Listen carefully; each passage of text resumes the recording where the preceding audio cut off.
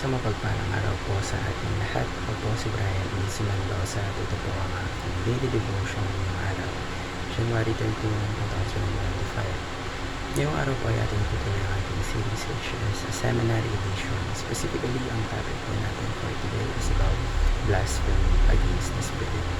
So, nagawa ko na ba ang kasalanan ng kapatawaran?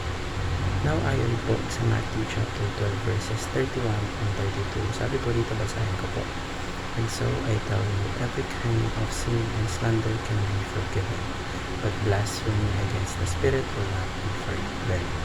Anyone who speaks a word against the Son of Man will be forgiven, but anyone who speaks against the Holy Spirit will not be forgiven, either in this age or in the age to come. Ngayon, upang ating mas maunawaan ang nakasaad sa ating talata, ngayon po tayo po ay dadako sa ating teachings for today upang mas maintindihan natin ang ating devotion para sa araw na ito. Una po, it is the sin of equating the Holy Spirit with Satan. So, ito po nangyari sa Biblia when the Pharisees saw Jesus performing miracles but claimed that he was using Satan's power. So, instead of recognizing God at work, they twisted it and called it evil. Ikalawa po, it is a continuous rejection of the Spirit. So, this isn't just about one mistake, but it is when someone repeatedly ignores or pushes away the Holy Spirit's voice, rejecting God's love and truth. Ikatlo po, it is committed by a hardened heart. So, over time, if someone still resists the Spirit, so their heart can become so hardened, talagang matigas, wherein they can no longer feel the need to repent. It is not about slipping up, but it is about completely shutting God out.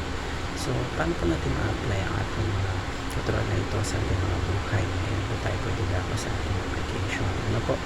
Sabi ko dito, don't stress about accidentally committing this sin. So, kapag nag-aalala kayo na if ever na nagawa nyo ito, that's a sign that your heart is still open to God. So this sin isn't just about making a single mistake, but it is about intentionally and persistently rejecting Him.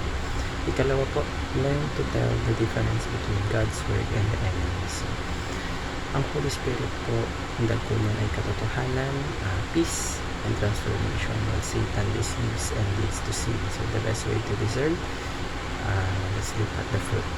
Ikatlo po, stay rooted in God's word. So if you want to know how kumbaga kung paano gumalaw ang spirito, magbasa ka ng scripture. So the more you read, the more you recognize God's works in your life. Naway marami po tayong natutunan sa araw na ito.